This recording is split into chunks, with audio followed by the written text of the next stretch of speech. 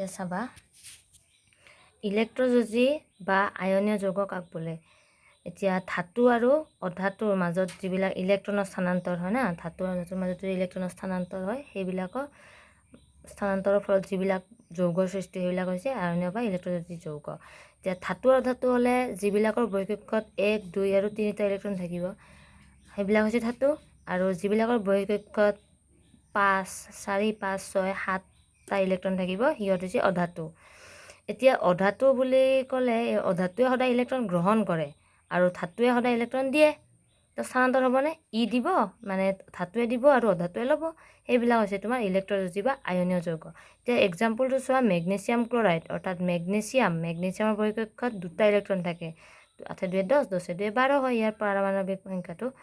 আৰু ক্লৰিনৰ হয় তোমাৰ 2H7 অৰ্থাৎ 7 আছে তো ইয়াৰ যোজ্যতা হৈছে 1 ইয়াৰ হৈছে 2 এতিয়া মেগনেছিয়াম আৰু ক্লৰিন এদিন ফুৰিব গ'ল মেগনেছিয়ামে ক'লে চা ভাই ক্লৰিন মোৰ ওচৰত 2টা ইলেক্ট্ৰন আছে তই ল তেতিয়া ক্লৰিনে কৈছে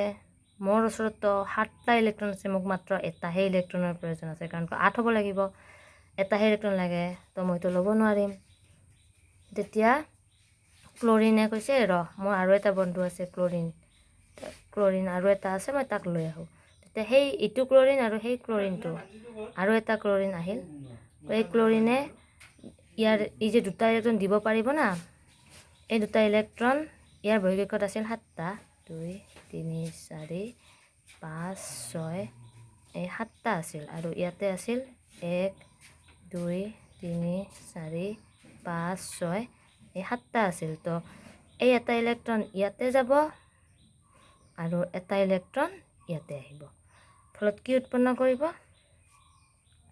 MgCl2 2টা ইলেক্ট্ৰন তো এনে ধৰণৰ যৌগবিলাক কৈছে ইলেক্ট্ৰযুজি বা আয়নীয় যৌগ এতিয়া চাবা কৰি দেখাম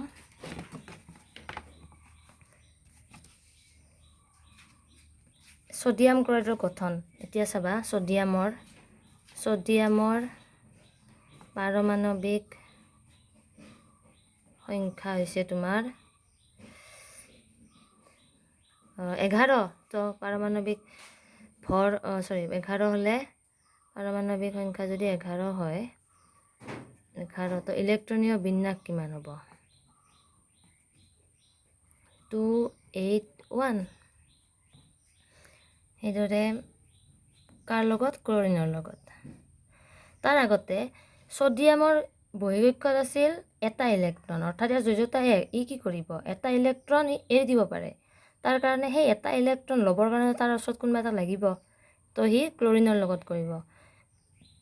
তো আগতে লিখি লওঁ সোডিয়ামে তাৰ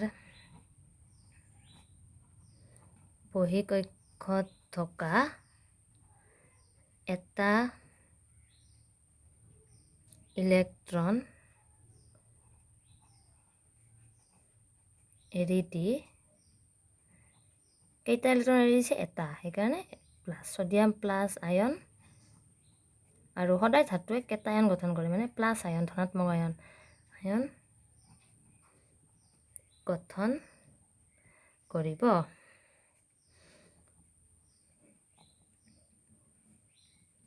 সোডিয়ামে প্লাছ ই মাইনাছ ইলেক্ট্ৰনটো এৰি দিছে নেক্সট আহিব এবাৰ ক্লৰিনৰ পাৰমাণৱিক সংখ্যা হৈছে তোমাৰ 17 তো ইলেক্ট্ৰনীয় বিন্যাস হৈছে 287 তো ইয়াৰ যোজ্যতা হৈছে 1 ইয়াৰ যোজ্যতা আছিল 1 কাৰণ ইয়াৰ বৈশিষ্ট্যত এটা ইলেক্ট্ৰন আছে তো সি এটা ইলেক্ট্ৰন এৰি দিব ইয়াৰ বৈশিষ্ট্যত 7টা ইলেক্ট্ৰন আছে তো ইয়াৰ যোজ্যতা কেতিয়াও 7 নহয় কাৰণ কিয় ইয়াৰ 8 লাগে 8ৰ পৰা 7 বিয়োগ কৰিলে আমি 1 পাওঁ অৰ্থাৎ এটা ইলেক্ট্ৰনৰ প্ৰয়োজনহে তো সি কি কৰিব এই যে সোডিয়ামে এৰি দিছিল না এটা ইলেক্ট্ৰন এই ইলেক্ট্ৰনটো ই গ্ৰহণ কৰিব আৰু কি উৎপন্ন কৰিব Cl- আয়ন আৰু অধাতুৱে সদায় মাইনাছ আয়ন অৰ্থাৎ এনায়ন গঠন কৰে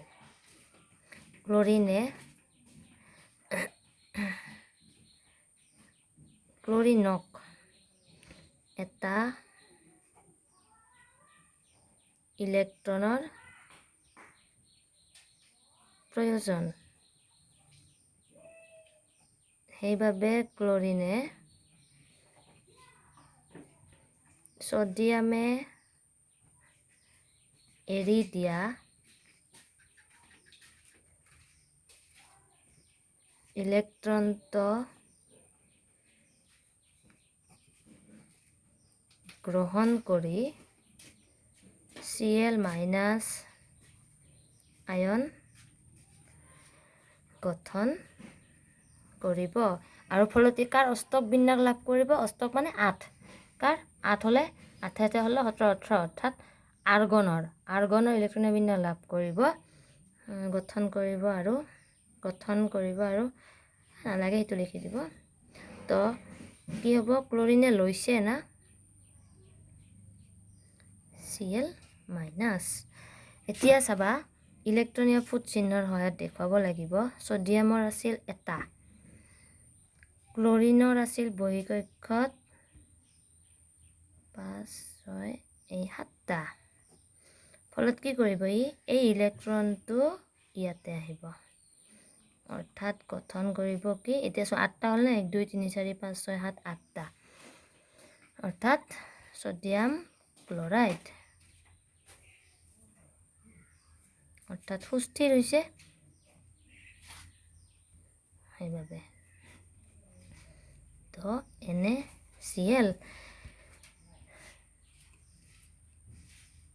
ইয়াত থকা আয়ন দুটা হ'ল কেটায়ন আছে ছডিয়াম প্লাছ আৰু এনায়ন আছে Cl-। এইখিনি আশা কৰোঁ বুজি পাইছা।